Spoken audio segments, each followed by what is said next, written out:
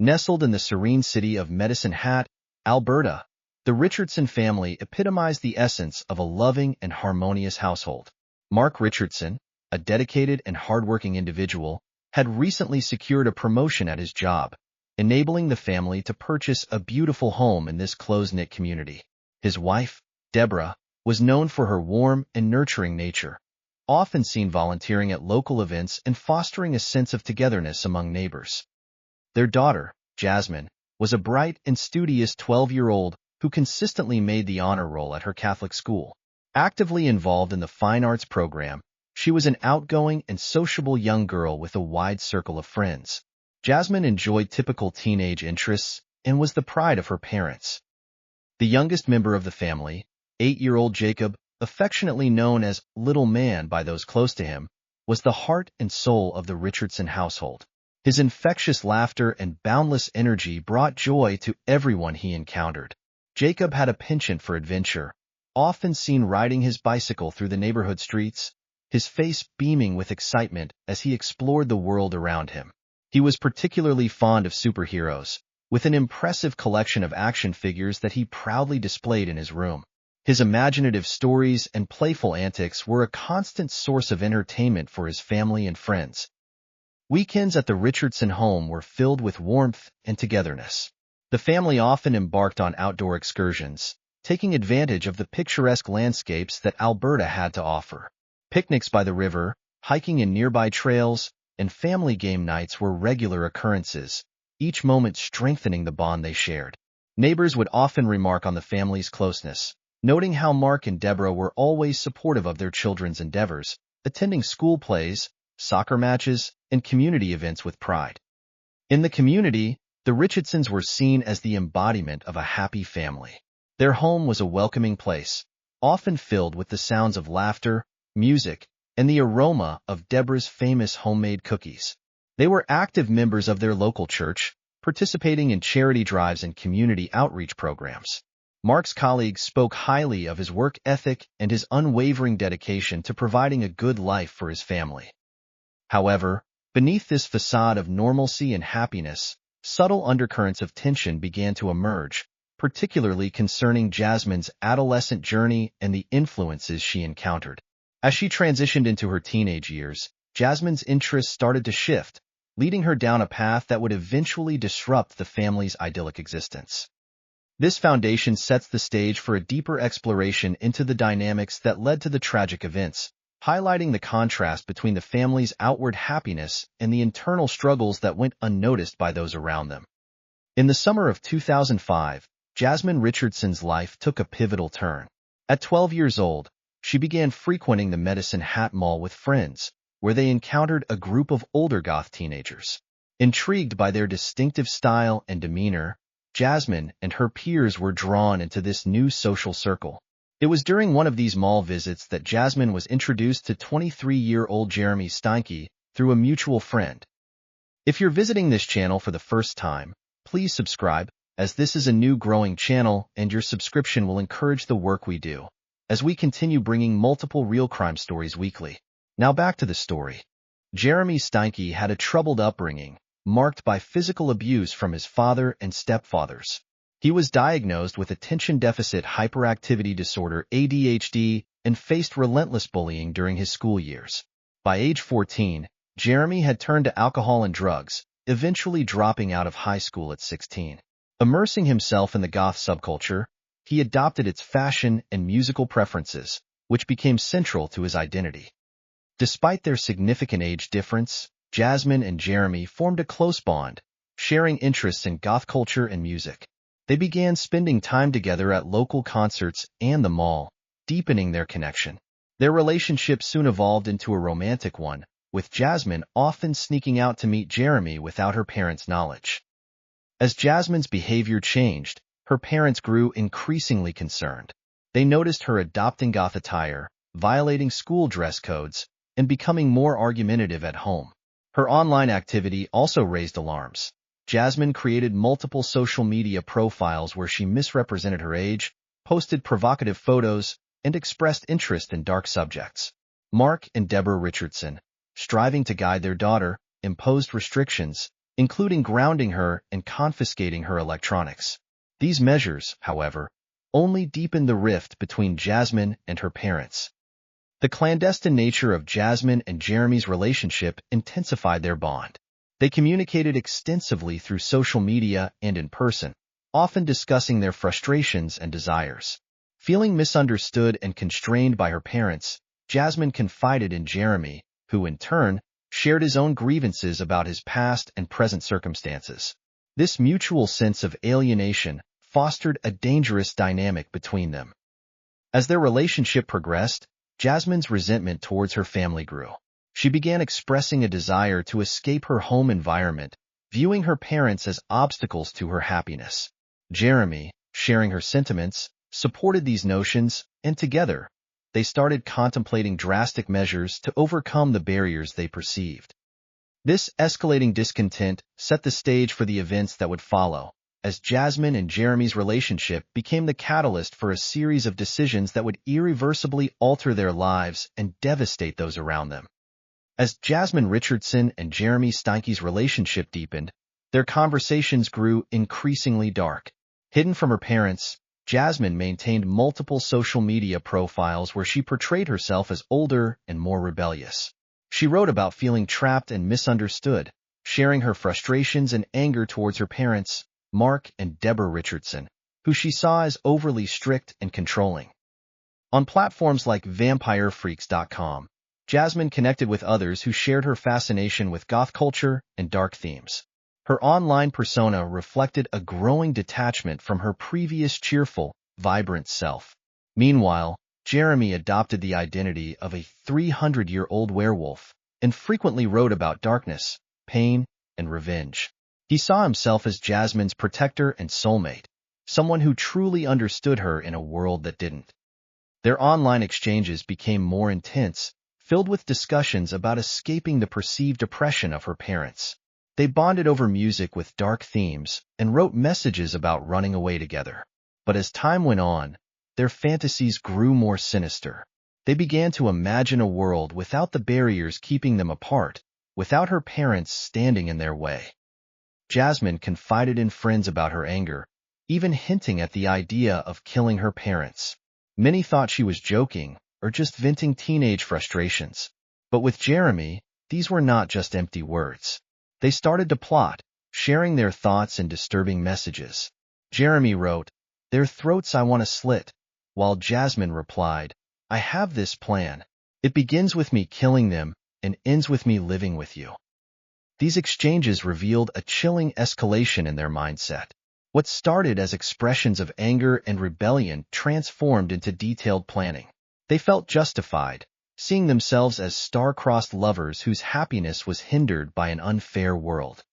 The more Mark and Deborah tried to intervene, the more rebellious Jasmine became. She continued sneaking out, lying about her whereabouts, and communicating with Jeremy through secret messages. When her parents discovered her relationship with Jeremy, they forbade her from seeing him, believing his influence was toxic. In response, Jasmine's resentment intensified. She began blaming her parents for her unhappiness, convinced they were deliberately keeping her from the one person who truly understood her. She felt trapped, growing more defiant as her parents tightened their rules. Jeremy, meanwhile, fueled her anger, supporting her narrative that her parents were the enemy. He saw himself as her savior, the one who could rescue her from her oppressive home life.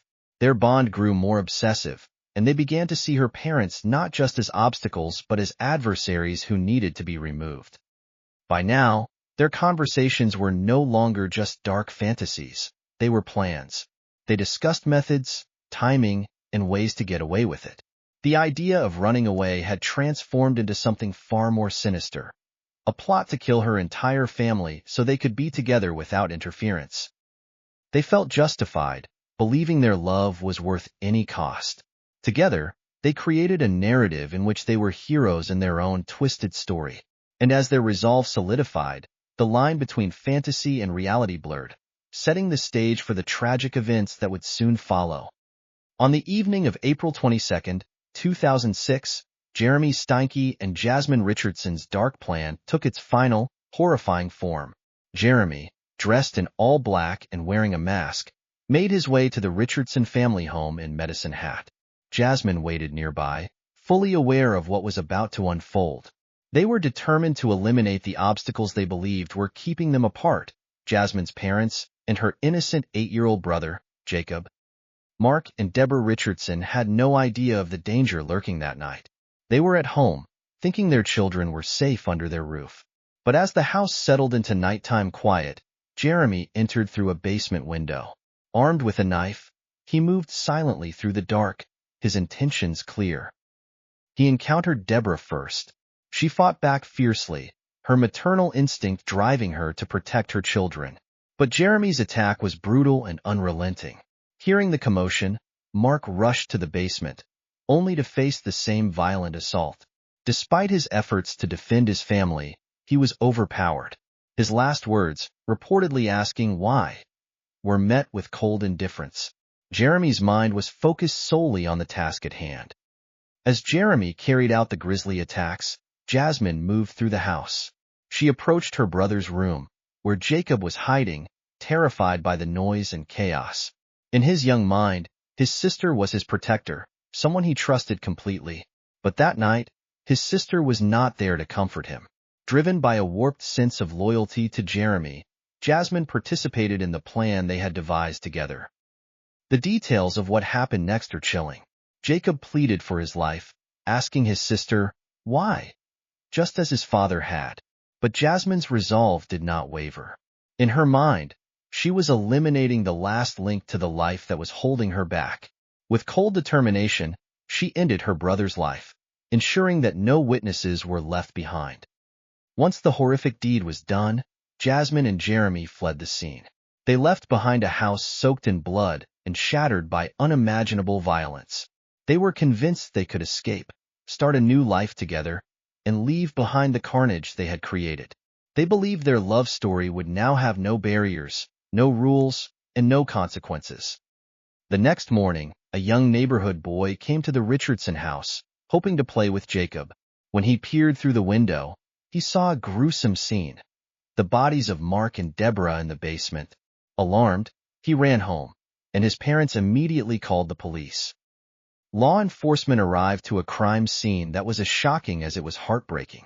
The brutality of the murders stunned even the most seasoned investigators. But as they combed through the house, they made a startling discovery. Jasmine was missing. Initially, they feared she was abducted, possibly a victim herself. An Amber Alert was issued, and a manhunt began. The town of Medicine Hat was thrown into panic, as the community struggled to understand how something so horrific could happen in their quiet neighborhood. But as investigators pieced together the evidence, the story became more sinister. They found Jasmine's room undisturbed, her belongings seemingly packed in a hurry. Her online communications revealed disturbing messages that pointed to her involvement. It became clear that Jasmine was not a victim but a suspect. As the news spread, shockwaves rippled through the community. Friends and neighbors couldn't believe that the cheerful, outgoing 12-year-old they knew could be capable of such a crime. But the evidence was undeniable. Jasmine and Jeremy were on the run, fugitives from justice, determined to escape the consequences of their brutal actions. Their journey would be short-lived, but the impact of their crimes would leave a scar on the town of Medicine Hat and on everyone who knew the Richardson family. The search for the young couple was on, as authorities raced against time to bring them to justice before they could disappear for good. After fleeing the crime scene, Jasmine Richardson and Jeremy Steinke embarked on a desperate attempt to escape. They were convinced they could leave their old lives behind and start anew, free from the constraints and judgments of society. They drove off in Jeremy's pickup truck, heading east, away from Medicine Hat, determined to stay together at any cost. Unaware that law enforcement was already on their trail, they made no real effort to hide. They stopped at diners, gas stations, and motels, acting like a normal couple on a road trip.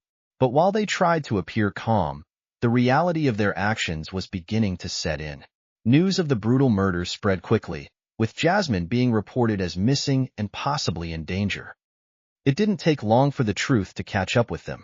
Investigators swiftly connected the dots, piecing together evidence from the crime scene, Jasmine's online communications, and witness statements. The Amber Alert was soon canceled, and the manhunt turned into a search for two fugitives wanted for triple homicide. Less than 24 hours after the murders, police tracked them down in Leader, Saskatchewan, about 130 kilometers from Medicine Hat.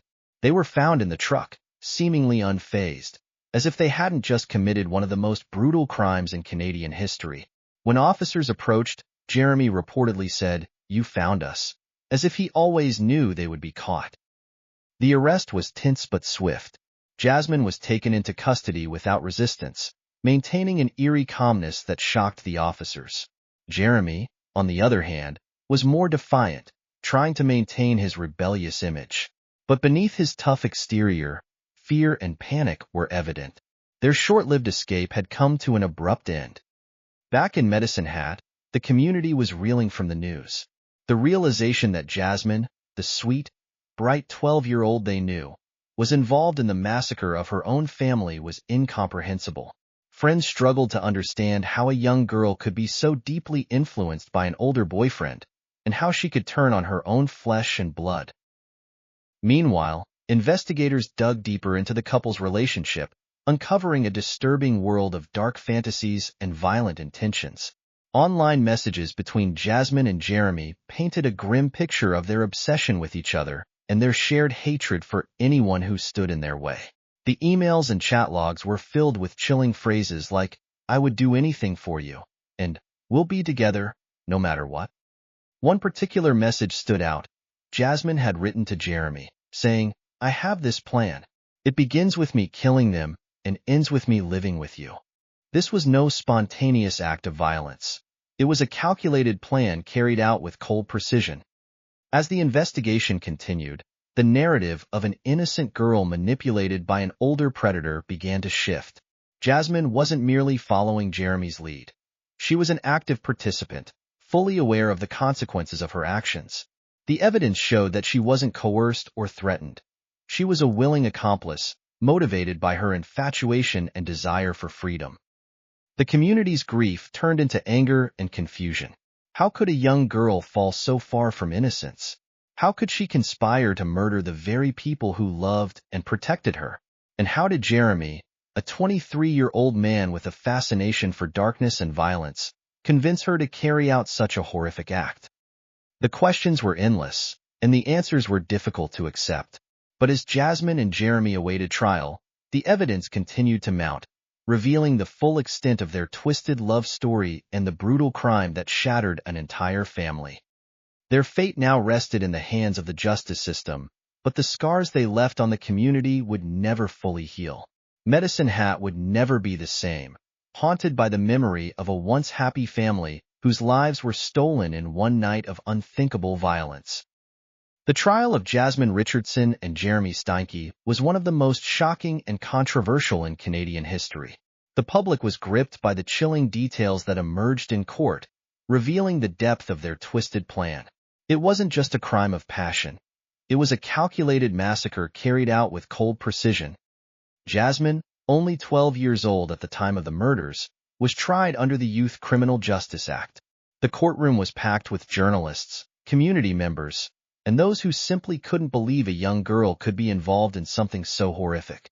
She appeared calm and emotionless throughout the trial, showing no visible signs of remorse. The prosecution presented overwhelming evidence against her, including the chilling online messages she exchanged with Jeremy. They read aloud her words, "I have this plan. It begins with me killing them and ends with me living with you."